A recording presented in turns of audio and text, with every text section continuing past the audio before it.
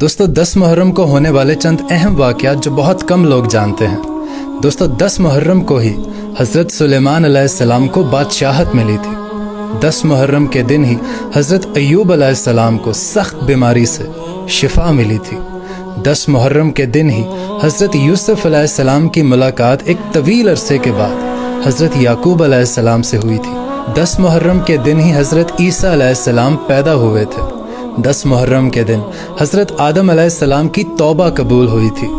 10 محرم کے دن ہی حضرت نوح علیہ السلام کی کشتی جودی پہاڑ سے جا کے ٹکی تھی۔ دوستو 10 محرم کے دن ہی حضرت موسیٰ علیہ السلام نے سمندر کو پار کیا تھا اور فرعون غرق ہوا تھا۔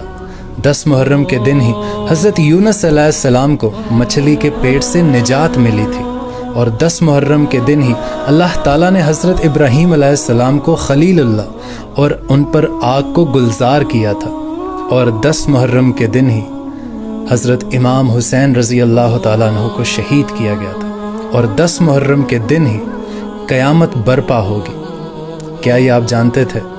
اگر نہیں جانتے تھے تو بہت سارے لوگ نہیں جانتے۔ اس ویڈیو کو زیادہ سے زیادہ